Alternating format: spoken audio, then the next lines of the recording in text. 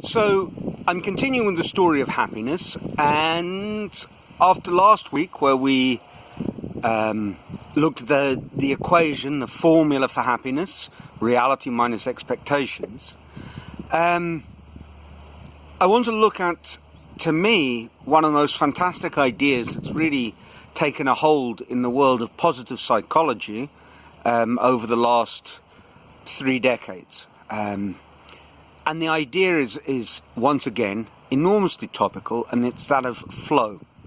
Now, flow is, if not invented, has been dissected and analyzed over this 4 decade period by a brilliant psychologist, perhaps the founding father of the positive psychology movement, Mihaly Csikszentmihalyi. I hope I pronounced that okay.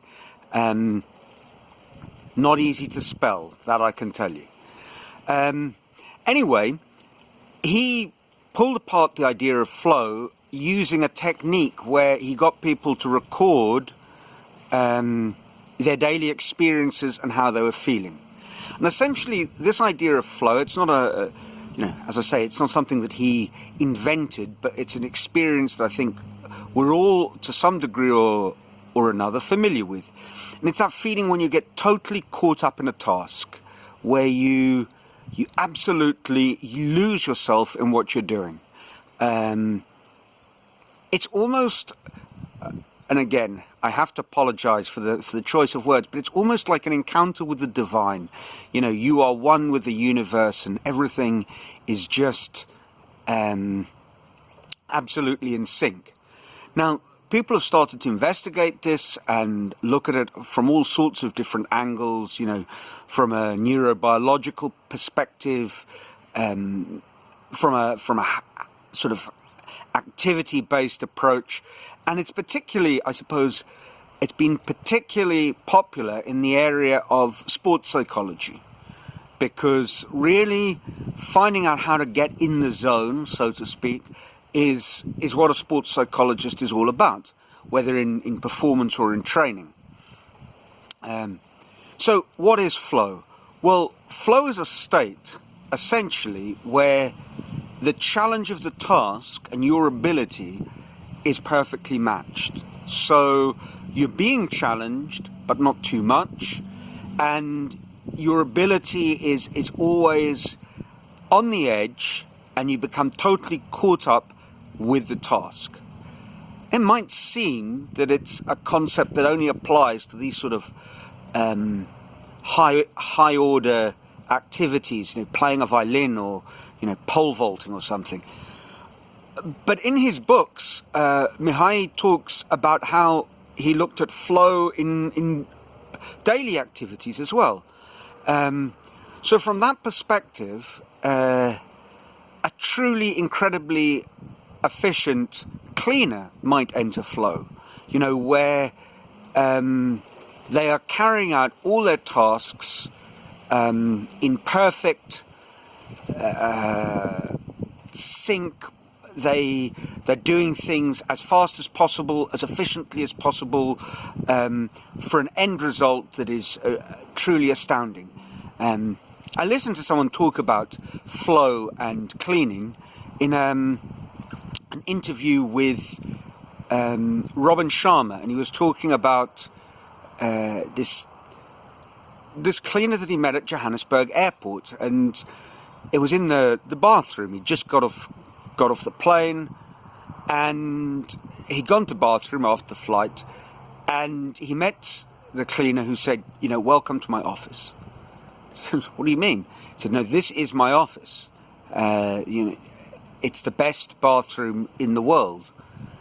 And like Robin got chatting to him, and essentially the story was this: for the cleaner, he sort of saw himself on a mission as an ambassador to present the perfect first experience when someone arrived in the country he loved, South Africa. So he saw the bathroom as his place of business, where everything was spick and span, and he shared joy with whoever went through the doors to wash their hands or whatever they needed to do. And in a sense, it sounds to me like he definitely experienced a sort of ecstatic flow state. But maybe that's an extreme example. I think, as I say, we've all experienced this. I remember when I was a kid running. One day, one of the other mothers, Jennifer Abrams, who was a dance teacher, was talking to my mum, and it was I make no apologies. It was the proudest day of my life when Mrs. Abrams spoke to my mum and said, I really love watching Neil run. Because, and at the time my running was going fantastically well, and, I did have that feeling, and it sort of transmitted where, things are effortless, but obviously a 100-meter sprint or a 200-meter sprint isn't effortless, but it was all perfectly in balance, and, it was as if time kind of stopped while I was running. I was in that sort of special place. And I suspect a lot of you, I hope all of you, you've had those moments in your life when you've experienced what Mihai would call flow. So what's this got to do with happiness? Well, obviously, everything. And on a simple level, the more we enter this state of flow, the more we will have a very deep feeling of joy, or dare I say ecstasy, in our lives. It seems like flow is something that can be trained. It seems like flow is something that we can encourage in terms of our daily habits and rituals, the environment we put ourselves in, the situations we encounter, and the activities we choose to do. And it seems to me that the more we do things, the more we find things to do, and the more we find ways to do things that otherwise we wouldn't have thought of, that put us in this state of flow, quite simply, the happier we'll be throughout the day. A simple example for me recently, after reading the book, I picked up on one of his examples, and I thought, well, how does this apply to washing the dishes? And I confess, washing dishes is not my favourite activity.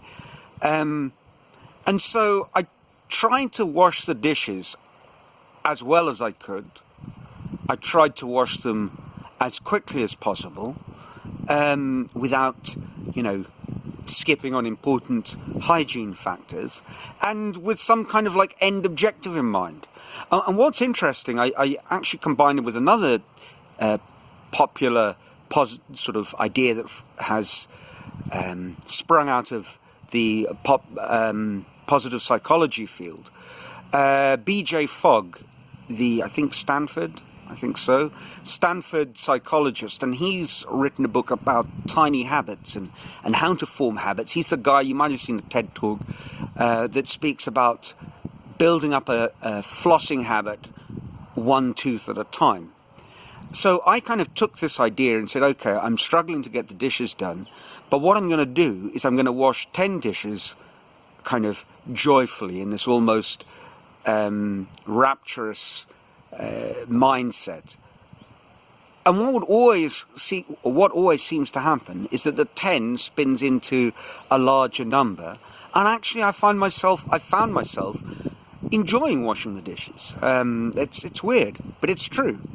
Now, I'm not saying I'm in a state of flow when I wash the dishes, but I'm kind of trying to take some of those ideas and transplant them into a sort of a mindset that applies to my everyday activities. And I think the more we do this, the better we'll get at moving into these positive states, as well as obviously performing our daily chores and tasks more efficiently. Now, there's a lot to this idea of flow, and a lot of it can be best explained using an interesting graph. And so I'm going to, in the next clip, possibly this week, a sort of Happiness Episode 2 Part B, I'm going to present Mihai's flow diagram and sort of explain how that ties in to the sort of Socratic ideal of chasing after the impossible dream. Because I think the two are closely linked. You know, obviously, and this is a sort of a precursor to what I'm going to talk about in the next talk. Obviously, as we become more skilled at doing something, what was once challenging ceases to be challenging. You know, there's this sort of once again a concept that translates into everything: a diminishing marginal return on the challenge factor. And this is something that we need to unpick, but it will take a bit of time and a Cartesian plane to really put the idea across. So, you know, I'd love to hear your thoughts on the whole idea of flow.